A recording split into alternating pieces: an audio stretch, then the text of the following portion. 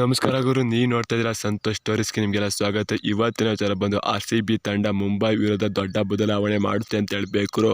Confirm ಆಗಿ ಈ ಆಟಗಾರರು ತಂಡದಿಂದ ಹೊರಗೆ ಹೋಗ್ತಾರೆ ಮತ್ತು ಇವರು ಒಳಗೆ ಬರ್ತಾರೆ ಅಂತ ಹೇಳಬೇಕು ಗುರು. ಯಾರು ಎಲ್ಲ ಸಂಪೂರ್ಣ ಮಾಹಿತಿ ಕೊಡ್ತೀನಿ.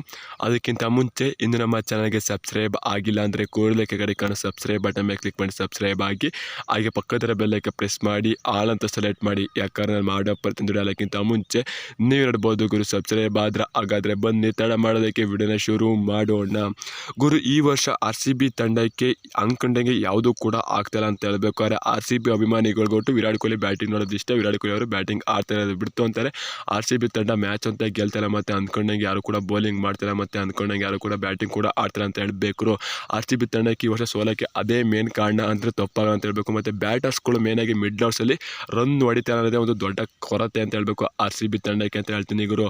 ಆದರೆ RCB ತಂಡ ಈಗ ಮುಂಬೈ ವಿರುದ್ಧ ಬದಲಾವಣೆ ಮಾಡುತ್ತೆ ಅಂತ ಹೇಳಬೇಕು.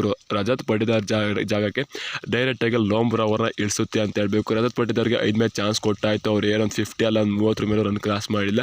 ಆ ಕಾರಣದಾಗಿ ಅವ್ರನ್ನ ಡ್ರಾಪ್ ಮಾಡ್ತಾರೆ ಅಂತ ಹೇಳಬೇಕು. ಮತ್ತು ಗ್ರೀನ್ ಜಾಕ್ಗೆ ವಿಲ್ ಜಾಕ್ಸ್ನ ಆಡಿಸ್ತಾರೆ ಅಂತ ಹೇಳಬೇಕು ಗುರು. ಯಾಕಂದರೆ ವಿಲ್ ಜಾಕ್ಸ್ ಅವ್ರು ಬೆಂಕಿ ಬ್ಯಾಟಿಂಗ್ ಆಡ್ತಾರೆ ಅಂತ ಹೇಳಬೇಕು.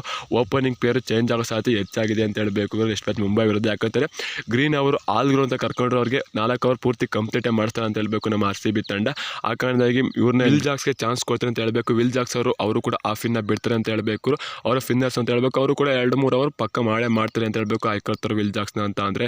ಮತ್ತು ಇನ್ನೂ ಬದಲಾವಣೆ ಮಾಡೇ ಮಾಡ್ತಾರೆ. ಮ್ಯಾಕ್ಸ್ವೆಲ್ ಆಡಿಸ್ತಾರೆ ಅಂತ ಹೇಳಬೇಕು. ಯಾಕಂದರೆ ಅಂಥ ಒಬ್ಬ ಇಂಟರ್ನ್ಯಾಷನಲಲ್ಲಿ ದಾಖಲೆ ಮಾಡುವಂಥ ಆಟಗಾರನ ಡ್ರಾಪ್ ಮಾಡಿದ್ರೆ ಅಷ್ಟು ಬೇಗ ಅವರು ಆಡಿಸ್ತಾರೆ ಮ್ಯಾಕ್ಸ್ವೆಲ್ ಅಂತ ಹೇಳಬೇಕು. ಅದೇ ಬಿಟ್ಟು ಅಂದರೆ ಟಾಪ್ ಪ್ಲೇ ಬದಲಾಗಿ ಫರ್ಗ್ಯೂಸನ್ನ ಚೇಂಜ್ ಮಾಡೋ ಸಾಧ್ಯತೆ ಹೆಚ್ಚಾಗಿದೆ ಅಂತ ಹೇಳ್ತೀನಿ. ಯಶ್ ದಯಾಳ್ ಬದಲಾಗಿ ನಮ್ಮ ಕನ್ನಡಿಗ ವಿಜಯ್ ವೈಶಾಖ್ನ ಇಳಿಸಲೇಬೇಕು ಮುಂಬೈ ತಂಡದ ವಿರುದ್ಧ ಅಂತ ಹೇಳ್ತೀನಿ ಗುರು. ಇನ್ನು ಮತ್ತೊಬ್ಬ ಕನ್ನಡಿಗ ಮನೋಜ್ ಅವರು ಕೂಡ ಚಾನ್ಸ್ ಸಿಗೋ ಸಾಧ್ಯತೆ ಹೆಚ್ಚಾಗಿದೆ ಮುಂಬೈ ತಂಡದ ವಿರುದ್ಧ ಅಂತ ಹೇಳಬೇಕು. ಯಾಕಂದರೆ ಅವರು ಕೂಡ ಈಗ ಪ್ರಾಕ್ಟೀಸಲ್ಲಿ ಭಾಗಿ ಆಗ್ತಾ ಇದ್ದಾರೆ. ಸುಮಾರು ಪ್ರಾಕ್ಟೀಸಲ್ಲಿ ವಿಡಿಯೋದಲ್ಲಿ ಕಾಣಿಸ್ಕೊಂಡಿದ್ದಾರೆ ನಮ್ಮ ಕನ್ನಡಿಗರು ಅಂತ ಹೇಳಬೇಕು. ಈ ಪ್ಲೇಯಿಂಗ್ ಲೆವೆನ್ ಯಾವ ರೀತಿ ಕಾಣಿಸೋ ಕಮೆಂಟ್ ಮಾಡಿ. ಚೇಂಜಸ್ ಬಗ್ಗೆ ಸಿಗೋ ನೆಕ್ಸ್ಟ್ ತಡ. ಬೈ, ನಮಸ್ಕಾರ. ಜೈ RCB.